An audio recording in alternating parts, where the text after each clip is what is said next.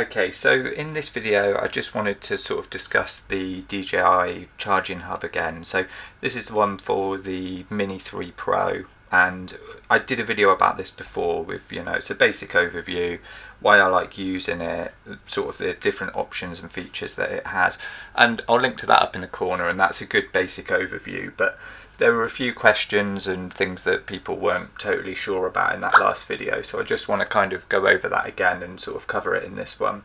So the first off, as somebody rightly said in the other video, in the comments, the way the batteries charge in this, it's not always sequential in the sense of sort of 1, 2, 3. So if I just plug this cable in, this is just coming from a mains unit, so if I plug that in, you'll see they all kind of come on. To be honest, they're all roughly the same charge in this unit, but the way it works is it will always charge the one that's got the most power first. So obviously the reasoning behind that is that then you're going to get at least one fully charged battery in the quickest amount of time. So it's not always going to go 1 to 3. It's just going to go from the highest charge to the lowest charge in that order, and that's basically just the way that kind of works.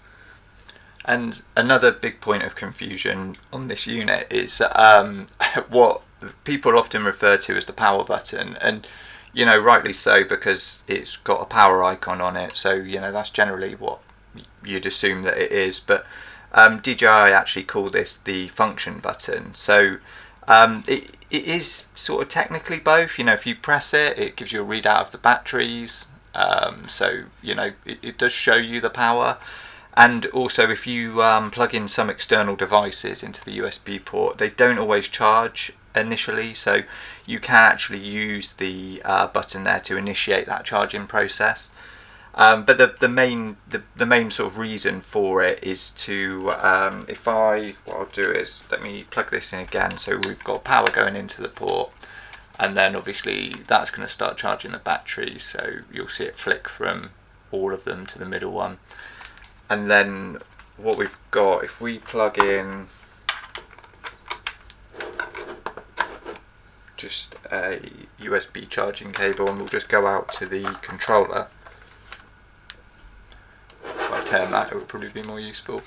So you can see there, we're still just charging the batteries in the dock, kind of as you'd expect, but you can see the RC isn't charging at all there. So what we can do, if we just hold the button down on here, so the function or the power button, whatever you want to call it, hold it down for 2 seconds, and you'll actually see a shift on the unit.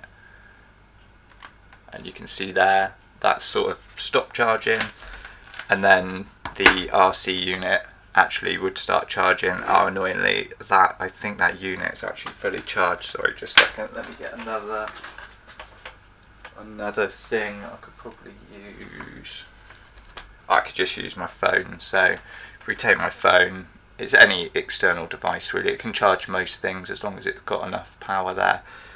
So you can see it's charging the batteries, and then if we do 2 seconds on the button, so 1, 2, you'll see the lights start to change again, so they've blocked out, and then you should see my phone start to charge up.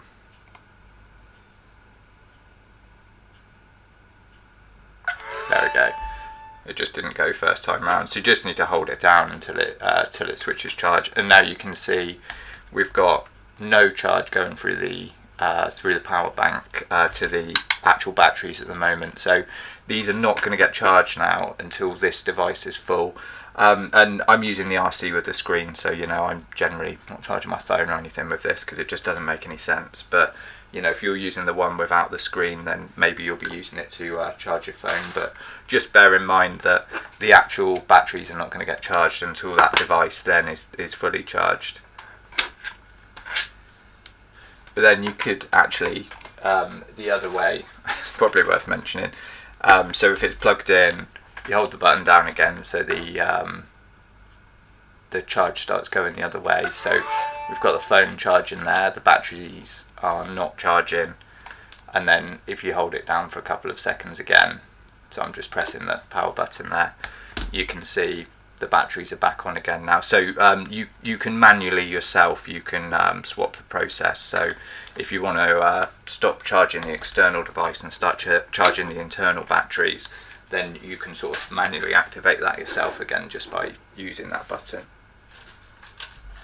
So really that external power option is best for you know, if you've got your RC, sorry, I got it tangled around the chair now.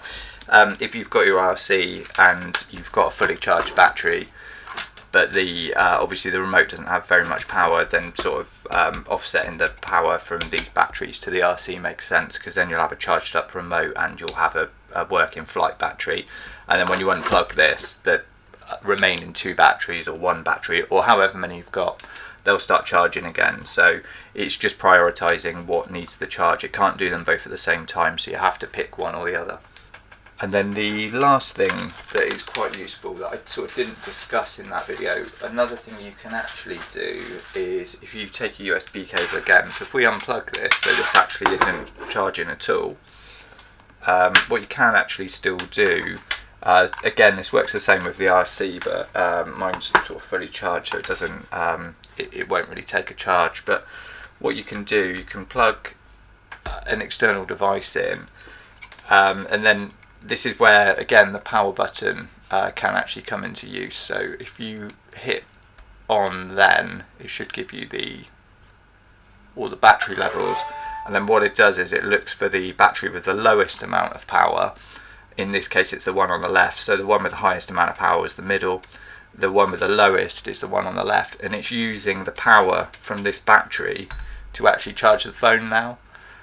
So that can be really useful, you know, if you're willing to sacrifice the power from one of your batteries and you need it to, say, charge your remote, or you need it to charge your phone or tablet, then you've got that option there. You know, it can just be used as a power bank itself. So that's really nice as well. So hopefully that's cleared up a few things from the sort of last video, and if you found that helpful, then please give the video a like. If you want to see more content like this, then please subscribe to the channel.